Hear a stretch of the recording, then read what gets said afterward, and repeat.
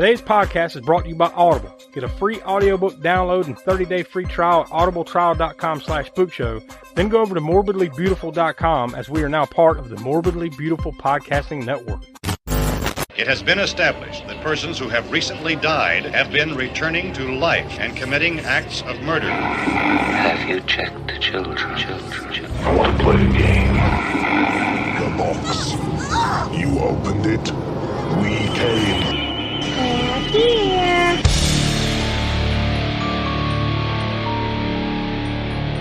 This is the All-American Spookshow.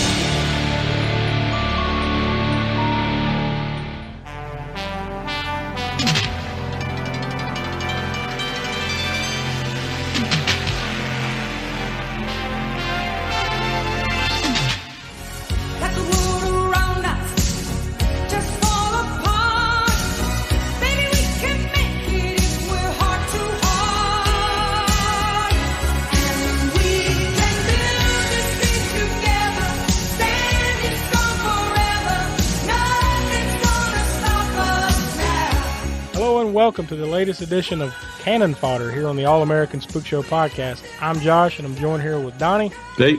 And the Professor Smoke. What's up? Will couldn't be with us. He decided to duck out for legitimate reasons. I'll just say that. But he's on assignment. We'll just put it that way. He's not here this week, but he's going to miss a good one. Or is he? I don't know. We'll find out. Basically, the point of the Cannon Fodder series that we do here on the All-American Spookshow is to kind of go through the Cannon Films catalog of films. Now, this one is a slightly different pull. Now, the way we always come to the conclusion what we're going to watch for Cannon Fodder is basically we all kind of nominate a movie, kind of throw it in the hat, spin the wheel, and come up with a movie. Well, this one is actually one, ironically, Will's not here. He nominated it. The only reason I explain all this so deeply is that this one's kind of a weird connection to Cannon because it wasn't produced by Cannon. It was only distributed by Cannon theatrically in other countries. So here in the United States, it was put out by 20th Century Fox.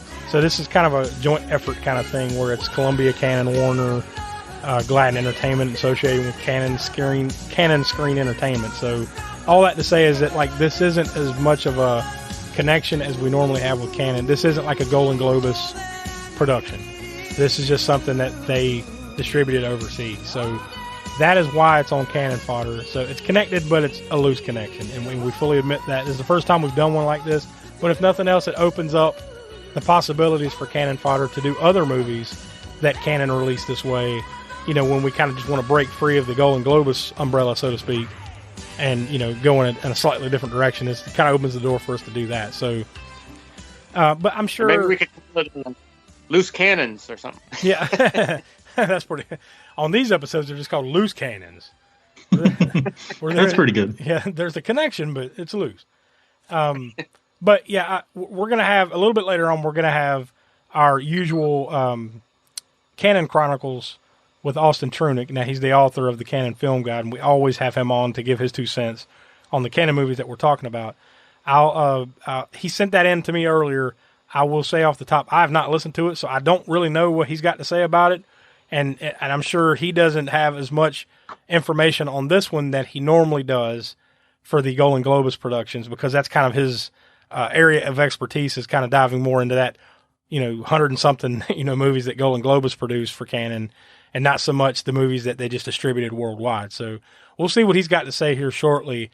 But before we dive into that and our little roundtable thoughts and everything, 2 things. Number one, most importantly, we are a spoiler-filled podcast, so if for whatever reason you have not seen Mannequin in the last 35 years or so, and you want to watch Mannequin, hit pause, go find it. Good luck finding a copy of it, by the way. This is one of those ones that's a little harder to find a copy of for some reason. But go find a copy of it, go check it out, come back and hear our thoughts on this latest edition of Cannon Fodder. Also, we encourage you to go over to aaspookshow.com. That's the center of the Spook Show universe. There you can find our YouTube channel where we have monthly series such as Grindhouse Gutter, Spook Show Rewind, Hammer Horror in Order. All that's over on YouTube. You can also reach our podcast archives. Pretty much every episode that we have ever done is there. You can access it through aaspookshow.com. And of course, one of the bigger things that you can also access there is our Patreon, which is patreon.com/AASpookshow. We have monthly videos, other cool stuff, and of course every month we do Crapsterpiece Theater. And who knows what you people vote for. the latest turd that you vote for us to watch that, and that'll be coming up later this month. So we encourage you to join us over on patreon.com/AASpookshow and go check out AASpookshow.com. So before we get into Austin's thoughts and everything, I'll go ahead and toss to the trailer.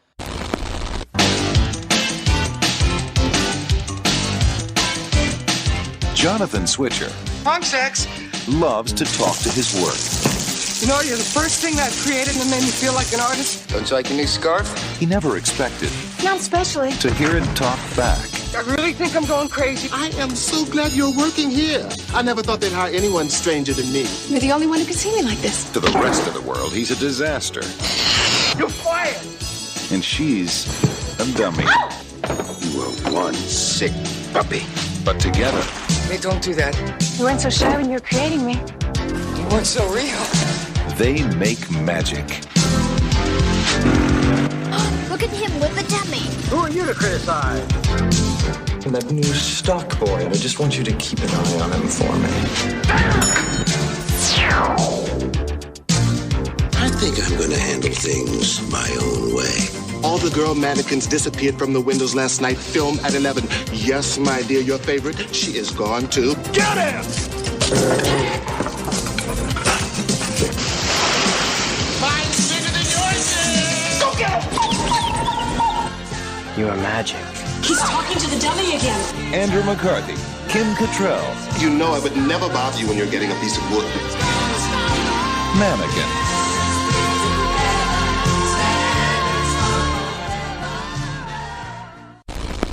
All right, there's that. So I guess, we won't waste any time. We'll go ahead and get straight into Austin's segment. So here we go. Cannon Chronicles with Austin Trunick. Hello, Spookshow listeners. Austin Trunick here to talk about 1987's Mannequin. This was a movie that Cannon picked up and distributed throughout Europe and much of the world, and it wound up being a pretty big hit in the United States mostly, which happened to be the one place where Cannon did not distribute it. Whoops. Fox put it out here, but at least Cannon was able to use their domestic box office numbers when they were selling the movie to overseas distributors. One of the funny things about Mannequin and Cannon is that it opened on the same day as Over the Top, the Sylvester Stallone arm wrestling movie, which was one of the biggest and most expensive movies Cannon ever made. Mannequin wound up beating Over the Top at the box office on its opening weekend. Mannequin was produced by Gladden Entertainment, which was owned by David Begelman, a producer who had been fired from Columbia Pictures in the 1970s for forging checks and embezzling thousands of dollars from the studio, a scandal that didn't stop him from having a very successful producing career throughout the 1980s. Now, this project was originally conceived for an older actor, maybe someone, specifically Dudley Moore, which I think would have made it probably unintentionally creepy. You don't want to see an old man rolling around on the floor with a half-dressed mannequin, at least I don't. Andrew McCarthy's convincingly dopey enough for me in this. He's a charming, good-looking young actor, but he does give off some loser vibes too now and then, which is pretty necessary for this part. He's kind of a perfect middle ground to me between a late 80s Rob Lowe or Robert Downey Jr. on one end and Anthony Michael Hall representing the other. Now, who I do love in this movie more than anything is James Spader, who just goes for it. He gives this totally goofy and fun performance as this stuck-up, pretentious antagonist. I mean, he'd played several preppy assholes at this point. Preppy assholes were kind of his thing early in his career, but it wasn't like he was a character actor. And yet he gives this wonderfully wicked comic performance in this movie. He just goes for it. He's silly and goofy and fun, and it blows my mind to think that this came just 2 years before he did Sex, Lies, and Videotape. Now, I won't drag on too much here, but I know you fellas have a lot to discuss. It had been quite a while since I last watched Mannequin, but I always forget how tame it is. There's really no nudity in this movie, and the language is pretty reserved. I mean, there is non-stop innuendo, but the movie still earned a PG rating. It was made for teeny boppers, and I'm actually kind of impressed that they pulled the movie off with this premise. Made a movie it's really okay. I watched it with my kids around, and there wasn't really too much that was too objectionable. Now, if Cannon had actually produced the movie themselves, we'd have had topless mannequins running around in every scene, and they'd have treated it like a low-budget sex comedy. It would have been very different. And my biggest complaint about the film has to do with the ending, so consider this a spoiler warning. And gentlemen, please feel free to cut this part out if you'd prefer. But Mannequin is a fairy tale made for young teens, so of course it has this perfect fairy tale ending where Emmy magically becomes a real woman permanently thanks to Switcher's true love. It's a very neatly wrapped ending. But deep down inside, I wish there was a version of Mannequin where that didn't happen, or at least the ending was left more open-ended. My favorite parts of this movie are when other people are reacting to Switcher interacting with a dummy. Like they don't see her alive. They just see her as this, inanimate object, this mannequin. And they see her like things like he's riding around with it on the back of the motorcycle. He's kissing her in the bathroom. And some of these scenes make me wonder, what if Switcher was crazy after all? What if she was just a dummy and she was only alive in his head? Now, yeah, what if he imagined she was real and this was like a, I don't know, Lars and the Real Girl situation? That would have been a very different movie, obviously, but I think that would have been interesting. And they could have kept the movie, a lot of it the same, and just not brought her to life at the end and not had that beginning. And they could have made it into something else. That's probably not the right idea. They probably went the right way with it, but I do kind of want to imagine and fantasize about this alternate Mannequin movie where Andrew McCarthy's a nut. Anyways, rating wise, I think Mannequin is cute and fun.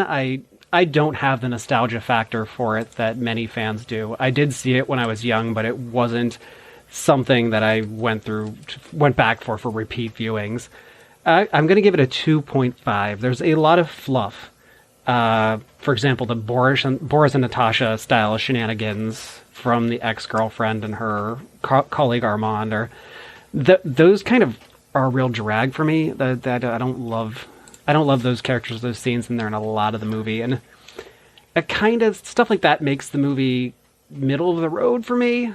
I had a lot of fun revisiting Mannequin. I do think it's enjoyable and silly, but it's not one that I'm necessarily rushing back to see again anytime soon.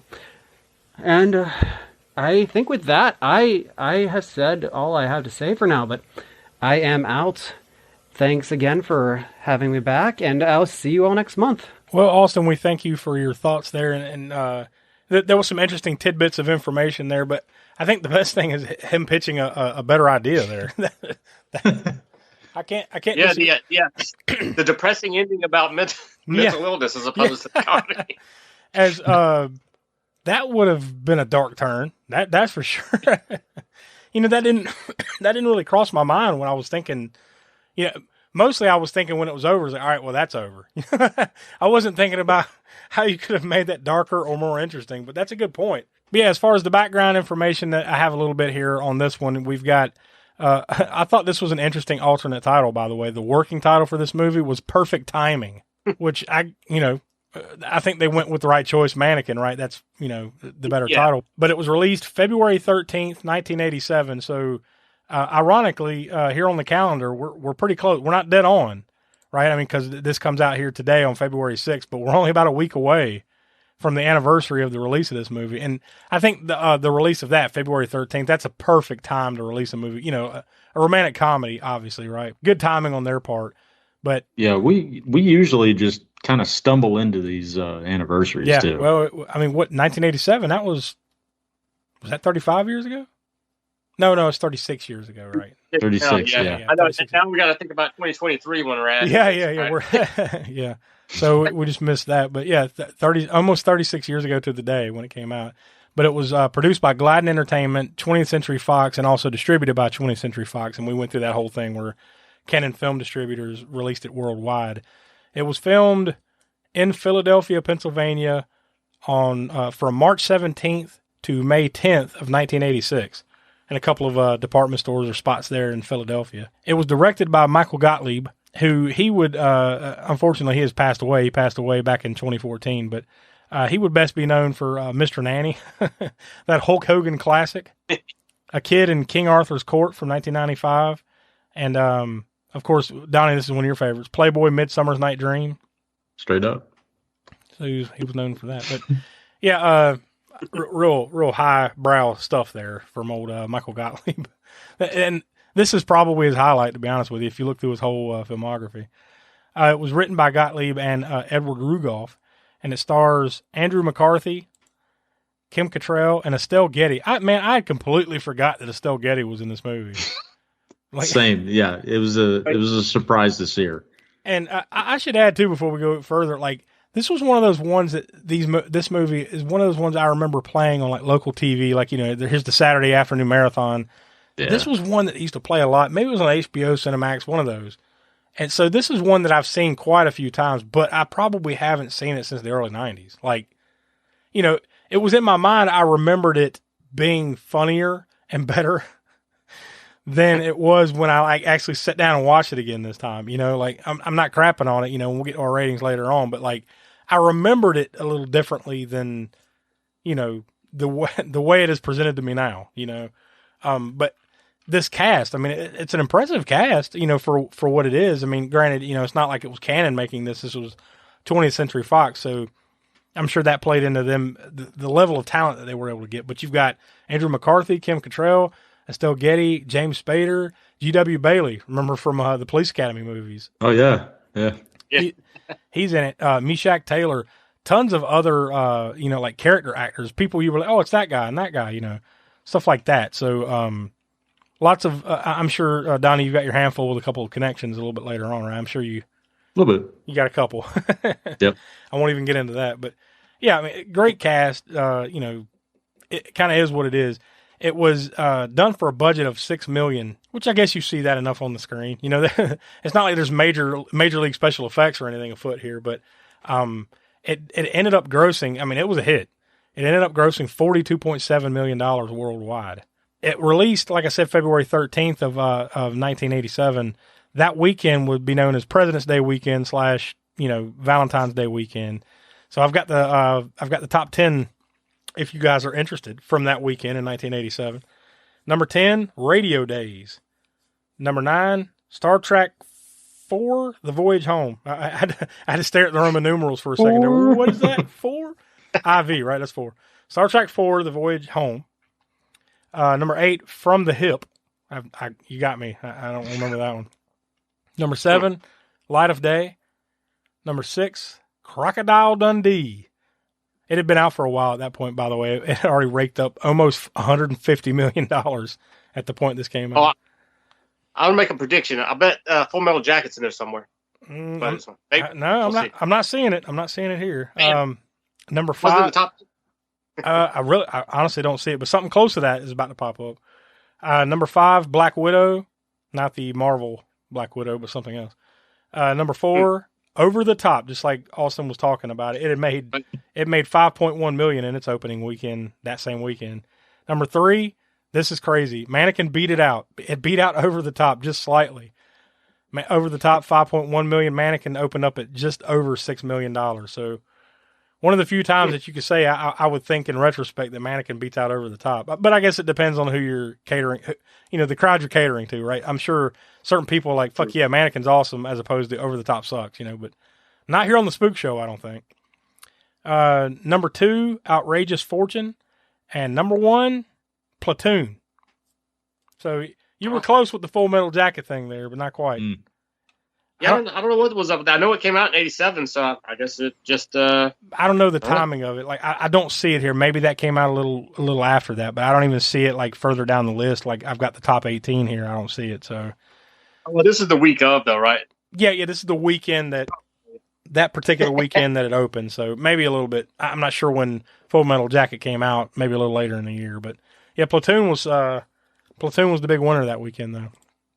So those are always interesting to pull out. So did you guys have any other little background tidbits or anything you wanted to mention before we dive into it? More of a director of, well, actually, I guess he was more of a producer of video games than he was a director of movies. So that's not, he had more than a handful of video games that he produced or executive produced, including like Paperboy and a bunch of Mortal Kombat games. And, I don't remember if we actually spoke about this, but the opening, the animated opening. Yeah. Like, I don't think I've seen the movie all the way through until before the show, because I don't remember that opening at all. I didn't remember it until I'm sitting there watching it, and then I remembered it. But like, dude, I'm telling you, man, for me, this has been it's been 30 years since I sat down and watched this thing. Like, this is one I probably watched 5 or 6 times when I was a kid, and Kim Cattrall, how you were saying it, dude, Spookshow. Yeah, she was smoking hot, and I even remember feeling that way when I was 9 or 10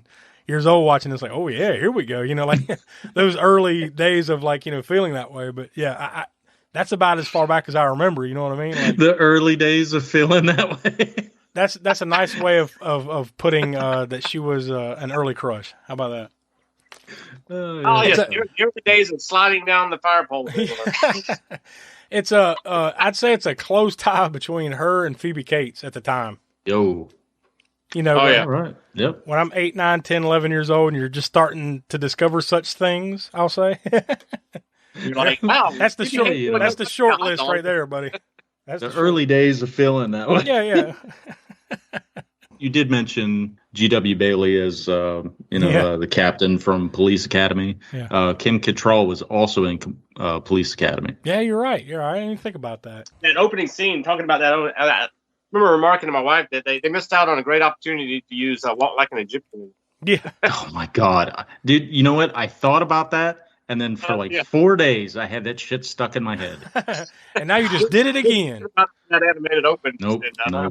Purge. I'm sure we'll get into it here in a minute too. But most of the soundtrack of this movie seems like, to me, it felt like rip-off versions of current 80s music of the time. It felt like it was Wish versions of Chicago and stuff. Is what it. True. Except for what was the final song? The one I guess, I don't know if it was made for the movie, but the one that was in the end credits. Yeah. I can't think of the name of it now, but it's the main one you think of that you heard after this movie and other places, or before the movie too. Nothing's gonna stop us now. Yes. Whatever the hell. Maybe that was the name of it. I don't remember. Was that Jefferson Starship?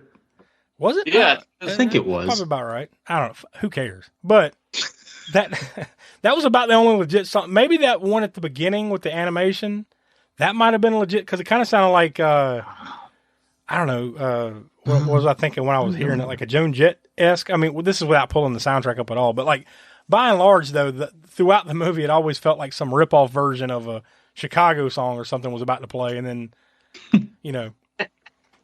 I guess they spent the budget right there at the end with that song, right?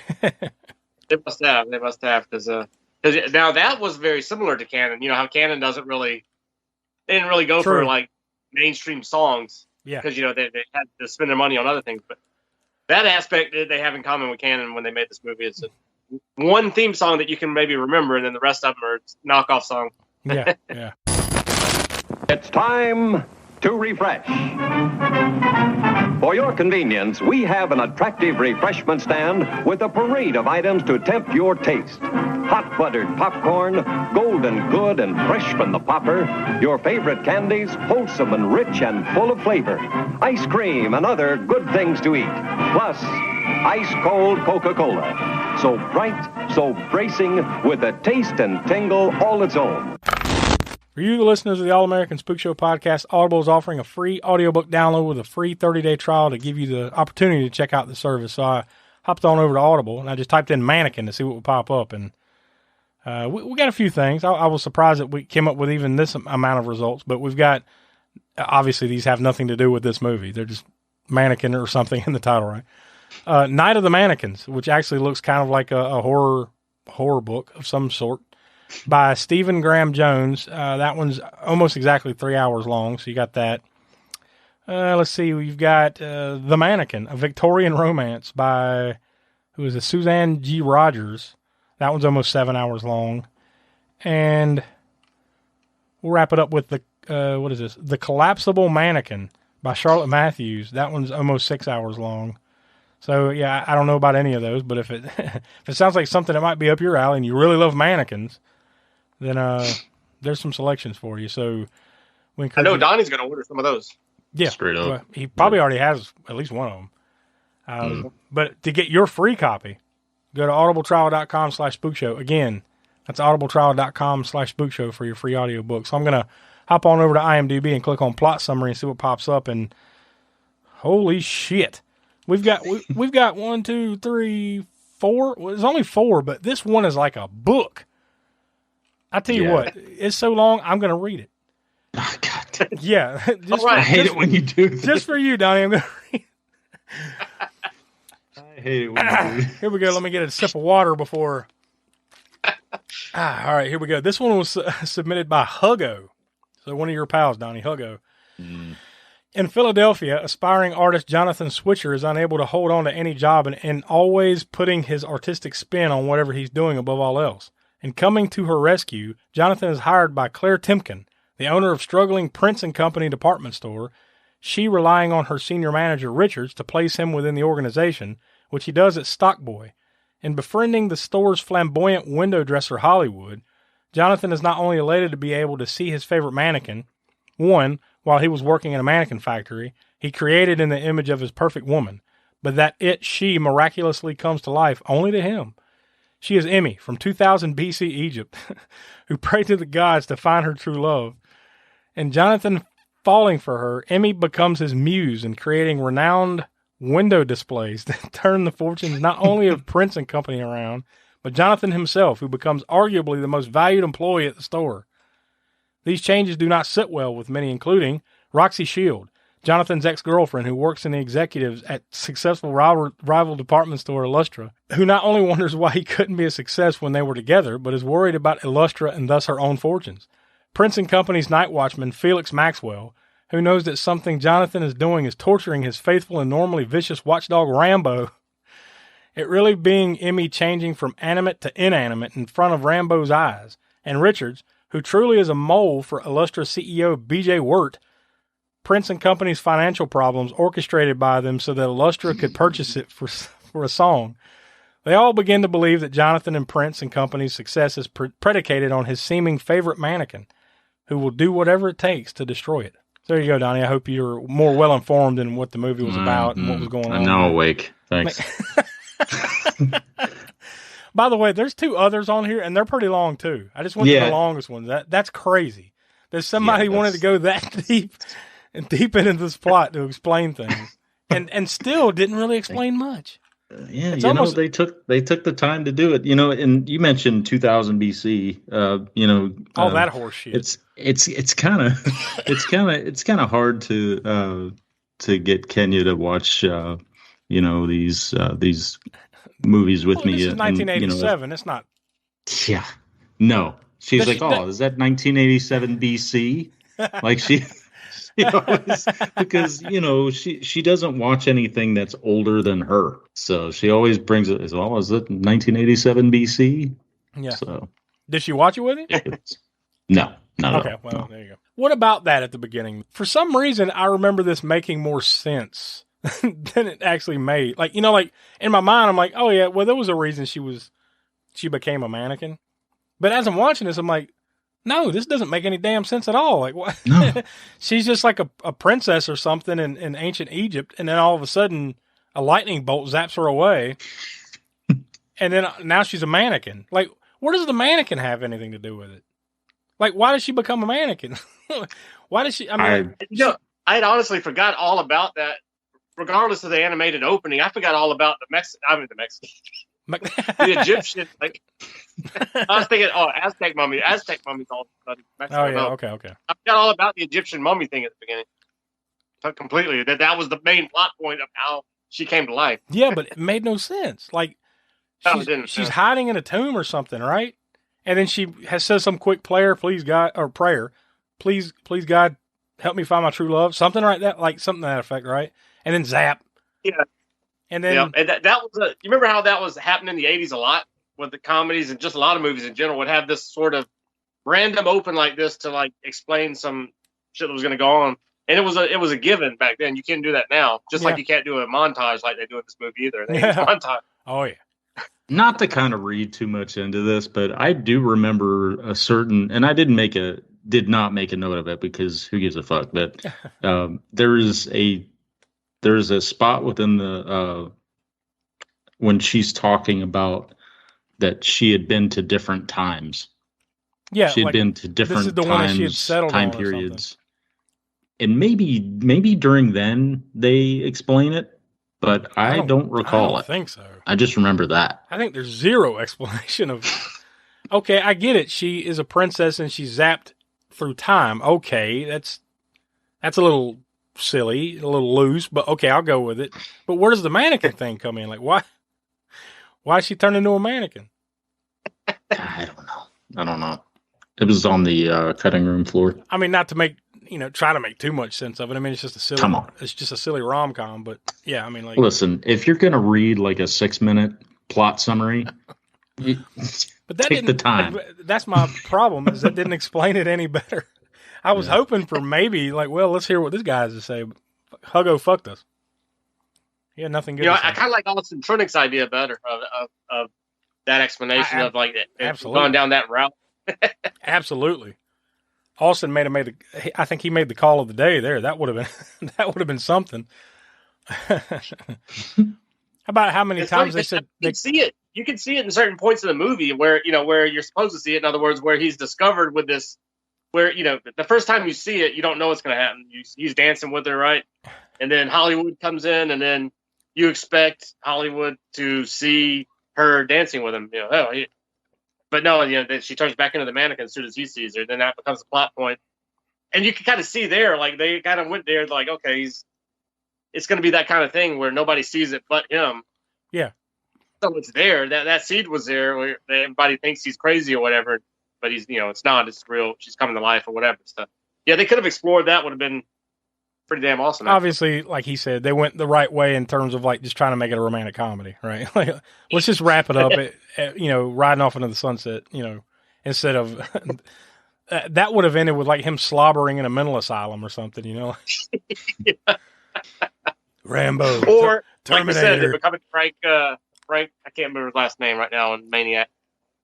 But, coming like Frank. Exactly. That it would have been like that. Yeah. How about how many times they use biscuit brain? There was at least 3 or 4 times throughout the movie somebody's called a biscuit brain. Fuck. Was there a brief time when this was made in 1986 when it was filmed that biscuit brain was a thing that people were calling each other? I don't remember. Maybe I was too little. Along with the Neo Maxi Zoom Dweebies and whatnot. Yeah. How about when he's at the beginning when he's got various jobs and he keeps getting fired for being a fuck up? And he's like a balloon animal guy or whatever the fuck he is. He's working kids' parties. Oh, yeah. And he hands this massive balloon to a kid and the kid floats away. So stupid. Well, speaking of things that are very unrealistic, such as, a mannequin from Egypt or somebody from Egypt. A mannequin coming to life. Yeah. Mannequin. And kids floating away on balloons. How about the hang gliding in the department store thing? I love that one, though. That's hilarious because it's clearly like, I think at one point, obviously, she's holding it. So, like, if anybody sees her other than Jonathan, she's going to turn into a mannequin. But I think there's a point there where she's floating around and no one's looking at her, but she's still a mannequin. I guess because, they didn't want to put a real person on the hang glider. So it's just, it's clearly perfect. A fucking mannequin. Until, right before she hits Felix, the security guard. And then obviously she's a mannequin then, but yeah. Speaking of Felix's dog's name, the bulldog was Rambo. Oh, Rambo. Yeah. Then the German Shepherd he got later was Terminator. Yep. Yeah. Yeah, I felt that the casting of Lieutenant Harris from Police Academy, that was a bit on the nose. Like once again, that was another thing. G.W. Bailey. That was another thing that I had forgot about. That me too. That he was in this. Yeah. But, as soon as he shows up, like, in the security outfit, you instantly think Police Academy. So maybe that's what they were going for, right? Maybe they're like, well, we can put him in this. That's going to instantly make people think of Police Academy. Police Academy was a big hit, big comedy hit at the time, from years before.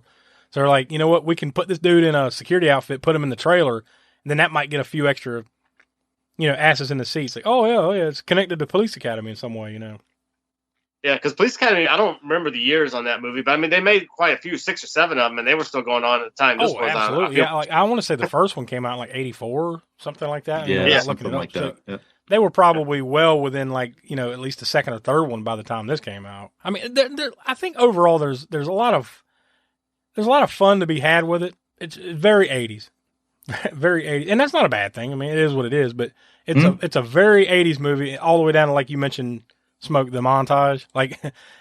Movies back then, and maybe kids today, they wouldn't understand it unless they start watching 80s movies. That was just a thing, man. Like, there was always a fucking montage in the movie. That was just their that was their plot device to move things along real fast. And I'm personally, because of the nostalgia factor, I guess I'm personally a fan of that of that in 80s movies. Of course, you can't really do it unless you're doing a retro 80s movie. Even doing a retro 80s movie, though, it's like you're trying to be meta or you're trying to be ironic or whatever. Like in the 80s, it was completely unironic. Is this what happened? No, they were, this is a comedy. Even in dramas back then, right? And more serious movies, there'd be a fucking montage. I always think of Rocky IV, right? The training montage. Like that's a more serious movie, and there's a fucking montage. I think when we watched the most recent song too, that's where you want your main song to be. So in Mannequin, it wasn't necessarily. I don't even know what the song was. You're right. I was thinking, I know we've probably watched some movies that had a montage in it since then, but the only one that's popping into my head recently was when we watched Popcorn. And remember, there was let's clean up the movie theater, and then there's the montage where they're all dancing around to some reggae music while they're cleaning the. But it was like every other movie, if not every damn movie had a montage, and there it was, right in the middle. I was thinking as we were watching it too that like there was a similar premise to that movie Major League to this, not the mannequin part of it. The let's run this store into the ground so we can buy it aspect of it. Remember Major League? That was the whole thing. Like, oh, let's make the Cleveland Indians, let's make the team suck so we can buy it or it can be sold. Yeah. Right. Whatever. How about that car chase where the car gets stuck in between the building? Yeah. It's just like, it was, I don't know. Like, not only did it get stuck in the alley, like it launches into the air and gets stuck. So it's a car. That's probably a good portion of their budget right there. Just like, how are we going to get this car stuck up in between this alleyway, the brick alley? And ultimately, though, when you get towards the end, why the hell were they chasing him? Just to hire him? Remember, like they start chasing him, and he's Felix. Now he's working for the other department store, and now he's got like an army of security guards, and they're chasing Jonathan around. Why? Because he I guess he has the mannequin, or he has the. Okay, but what their ultimate goal was, they wanted him working for them, right? That was why Illustro kept coming for him, as they. Yeah, his ex-girlfriend thing or whatever, and all that. Yeah, that there building, was that department store, or whatever, wanted them to do their window dressing originally, right? Because he was making so much money for the other store. So why do they come so fucking hard at? Like, they're chasing him, like, like gonna beat him up and kill him and shit. But meanwhile, really, all they wanted to do was just hire the guy. So like, that aspect of it didn't make any sense to me. I'm sitting there like watching this silly chase. It's like slapstick. They're all falling around on each other and shit, and I guess that's funny, but like ultimately, what are they going to do if they catch him? Like, oh, now you're hired. You have to work for us now. Like, what the fuck? How did she become a human? Was it because they kissed? Like, because they fell in love? Now she can be human. What? How did? I mean, because like remember, like she's in her mannequin form. She's going up into the trash compactor. He catches her, and then she turns back into her human form, and then he pulls her up, and she's like, "Oh my God, I'm human. He can see me." Like, I thought it was like maybe it's her decision who she wants to, spit, like, for whatever, she's trapped in this man. Well, not even he made the mannequin. I don't know. A lot of it just doesn't really make sense. But the fact that her putting her spirit into something from back in Egypt or whatever was like, seemed to me like she had to choose who was going to be her love. She went out through all these different time periods and she couldn't find the love of her life, and she kept Yeah, she going on. met Michelangelo now, and some other horse shit. Yeah. So now she finally got the love of her life, but then she seemed to just as surprised as everybody else that she was human. He can see me. I'm a human. So I didn't get where was the moment? Did I miss something there? Where was the moment where, like, because clearly they were in love. Clearly they had sex, right? Earlier in the movie. But her about to fall into a trash compactor is the moment where she becomes human. I don't know. No. I don't know a lot about this. Oh, how about that part though? At the end, after that part when who was it that was like a cleanup guy or whatever was like saw the mannequin, saw her as a mannequin, then as a human, and he's looking in there for his own mannequin, and then he finds the ex-girlfriend or whatever. Yeah, he finds Roxy. But the goofy, he's like, thank you, God. The goofy, that was funny. But the goofy part is they tried to do the same gag twice, because remember, he goes through the trash, finds her. Oh, thank you, Lord. It's a miracle. It's a miracle. But then at the very end, he jumps in again. So like it's like, all right, well you already did that. Let's not do that again. Yeah. That was stupid a minute ago. It didn't get any funnier now. Like a kid, a kid tries to like see something's funny, they do something and it's funny, and then they try to do the same thing again. Yeah. Like, I got a big laugh. Let's try to get that laugh again. Nope. All right. Well, just end the movie. No. We don't do. This is not a horror movie. This is Cannon Fodder, so we don't do gore scores and kill counts and all that. But we still definitely have canon connection. So Donnie, Canon connection. Boom goes the dynamite. Yeah. All right. So Pat Ryan plays the pizzeria manager for one of Jonathan's jobs, which he's had a lot of fucking jobs, man. I've had probably like 80 or 90, but I've only gotten fired from like maybe a handful of them. Anyway, Pat Ryan plays the pizzeria manager, and he was also in a past Spook Show episode of Street Trash and Invasion USA. I remembered him instantly from Street Trash. Yep. That's what I was alluding to earlier. I didn't want to mention it. Yeah. Yeah. So, oh God. Yeah. And then also, on the crew side, this is, here's actually it's kind of an interesting connection. Tim Scherstedt, who is the cinematographer, for Mannequin, he was also the cinematographer for Critters, which we, covered a long time ago in the Spook Show archives. Yeah, it was like episode 12 or something. It's been quite a while back. Yeah, also the same stunt crew for, some of the same stunt crew for Mannequin was also in past Spook Show episodes. The Evil Dead from 1981, the original. Tales from the Crypt, Demon Knight, and Goodfellas. We've come this far into it, and Austin mentioned how good James Spader was, and he was, by the way. Yeah, he was. I mean, like, for a silly, nerdy, stuck-up kind of executive type of role from the 80s, I think he knows. I know that's very specific, right? But I think he knows it. Like you said, he went for it. He had a good time with it. But another one that we haven't really talked about here that really went for it was Meshack Taylor's Hollywood. That dude stands out. I mean, like, underrated. Yeah. Yep. I mean, to me, he's one of the reasons I remember this movie so well, other than just Kim Cattrall being hot as fuck. But Meshack Taylor, like, it's a role that you remember, You wonder too if like maybe when was In Living Color came out early 90s. Yeah. And the men on film, the men on whatever, when they do the snap thing and all that stuff, like, you wonder if that whether there was some inspiration. I wouldn't be surprised at that at all. That there was some connection there. Now, he went on to be in, what was it? Oh Lord, what was the name of that show that he was on forever? Designing Women? Wasn't he on that? Yeah, Designing Women. Yeah. He was also in one episode of The Golden Girls. So him and Estelle Getty have one connection there. There you go. That's interesting. All right, so I guess that's we don't do our normal star ratings when we do Cannon Fodder. No, we do Cannonball ratings. And you heard Austin's earlier when he did his Cannon Chronicles segment. He gave it 2.5 cannonballs. So Donnie, how many cannonballs are you going to go with? That's actually a really good spot, and I have the same rating, 2.5. I don't particularly want to see this movie again. Usually whether it's stars or cannonballs, usually my rewatch rating is at least 3. But I'm probably good for another 10 or 15, 20 years before I watch this one again. Yeah, I definitely remember it from the 80s. It was, as Austin has said, my nostalgia factor for it is not as high as say Over the Top that we mentioned that came out at the same time, and that this movie barely beat out at the box office.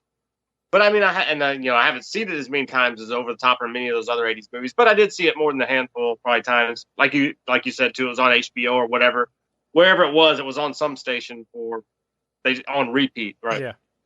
But yeah, so I do have maybe a little bit more of a nostalgia factor for it than Austin did. But it wasn't one of my favorite, even back then. Of course, it wasn't one of my favorite 80s comedies or whatever. I'll probably go though. I might go with 2 3/4 because we're doing a Cannon scale, sliding scales a little bit more. If we were doing this outside of the Cannon, it'd be less than that. But I'll go with 2 3/4. I'm going to go even slightly higher than you guys. I'm just going to go ahead and give it a solid 3 because I think there, for me, there's some nostalgia there for sure. This is one that I'm not going to say I watched it a lot, but I probably saw this 4 or 5 times back then because it was one that just always got played. Seems like this and early 90s, I watched this one and like Revenge of the Nerds 2, Nerds in Paradise, movies like that were just, and Weekend at Bernie's, another Andrew McCarthy movie, right? Yeah. But these were movies that just played a lot. So there's that nostalgia factor of it's on, I'm going to watch it because I know it's kind of funny, So there's fun. There's a good fun to be had. It's corny. It's definitely corny as hell, but it's for 80s rom-com. It definitely feels like it's, fairly up high for me just for something that I remember so well. So I'll go ahead and just stay at 3 cannonballs. And of course that is also running in with the knowledge that there are far worse movies that we're going to talk about here on Cannon Fodder. So this one, trust me, this one is fucking awesome compared to some of the ones that we're going to watch as the years go by. So there you go. It's hot chili though, right? I mean, oh Lord, hot chili. What'd you say? You said it's not as good as or better than hot. What'd you just say? Jesus. I said it doesn't hold a candle to hot chili. Oh yeah. Well, of course. Yeah. No. I'm speaking facetiously, of course. Yeah. I would only hope so. Someone that was involved with hot chili is just out there just heard you say that and said, well, what the fuck is he talking about? and they're possibly still making 10 cents off of it somewhere. That was the director saying that. Yeah. So without doing the math, I'd say right now, without Will's rating, we're probably sitting around 2.5 cannonballs overall for this one. So we'll get his 2 cents eventually and see what his rating is, and we'll give you more of a consensus number on that at some point. But as far as the experts, quote unquote, were concerned with Mannequin, over on IMDb, well, obviously this is audience and expert opinion. IMDb rating, it gets 5.9 out of 10 stars, and that's with over 33,000 ratings. Metascore 0 to 100, 21. So that's probably closer on par a little bit with what we said, maybe a little bit on the lower side. And over on Rotten Tomatoes, on the tomato meter, 20%, and that's a 40 critic review, so that sucks. That's low. And then the audience score was higher, surprise, surprise for this, 55%. I think it's mixed results, but overall, I think you get about where we were with it. It's kind of middle ground, about 2.5 is probably about right. So that's where we'll leave it. But onward and upward to bigger things, hopefully next week. And next week, we have Smoke's choice. It's his turn in the rotation, and you get to pick an older movie, Smoke. So what are you bringing to us? Yeah, since it's that episode should be hitting the day before Valentine's Day, I'm going to go with a Valentine's themed movie, and it's probably not the one you're thinking of. There's a big Valentine's old school horror movie that we haven't done yet, and we'll get to that one at some point. But this one, I wanted to go a little bit deeper into the archives, might say. It's a movie called. I'll give the title that I like the best under first, and then I'll give another alternate title. It's Hospital Massacre. I always thought that was a great title. It's a great grindhouse sounding title. Another title for it though is X-Ray.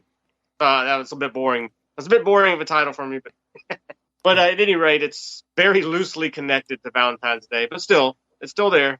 There's some elements. We'll find out what those elements are and how much we like. You know, I don't know how. Oh, first of all, have y'all seen this movie before? I have, yeah. I have not. No, this will be a first time watch for me. It's been forever. Like I was talking, we were talking kind of offline about it. I haven't seen this movie since probably pre-1992. That's when I graduated high school. And so those early video watching days from 92 and before, sometime in there, that's the last time I've seen it. So it'll almost be like a new experience for me.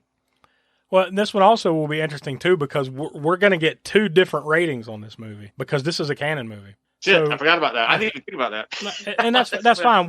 I think the way we'll do this is we'll give our regular rating, like what we would say compared to The Shining, Reanimator, all that, the horror rating, and then we'll give it a Cannon. We'll give it a Cannon rating, and we'll try to see if we can get Austin on for like a bonus Cannon Chronicles for this one, since it is a Golan-Globus production. So yeah, either way, good. Yeah, I think it's a good pull. It's a good follow up to Cannon Fodder. Good pull for Valentine's. Altogether, I think it's a good one. And I'll read you the brief IMDb synopsis. While receiving a routine checkup, a woman finds herself stranded on the hospital's 8th floor, while someone dressed as a doctor is intent on her never leaving, even if it means killing any staff member who comes into contact with her. So there you go. There's... Sorry, I'm getting choked on it. X-Ray, a.k.a. Hospital Massacre. So we'll look forward to that next week. And we got some other big stuff coming up in the month of February. And we're fastly approaching episode 150. We haven't quite pegged down exactly what we're going to be doing for that, quite yet. We'll let you'll be the first to know for sure, either that or over on aaspookshow.com and all of our socials. But hopefully we can get something pretty cool, something fun lined up for that one, because that is a big milestone episode. So yeah, that's it. And we'll get Will's thoughts next time he comes back on. So for him, Donnie, Professor Smoke, I'm Josh. We are the All American Spook Show podcast, and we will talk to you next week for X-Ray. Please replace the speaker on its rack when you're ready to leave. Failure to do so will damage both the speaker and your car. We'll be grateful, and so will the patrons who follow you.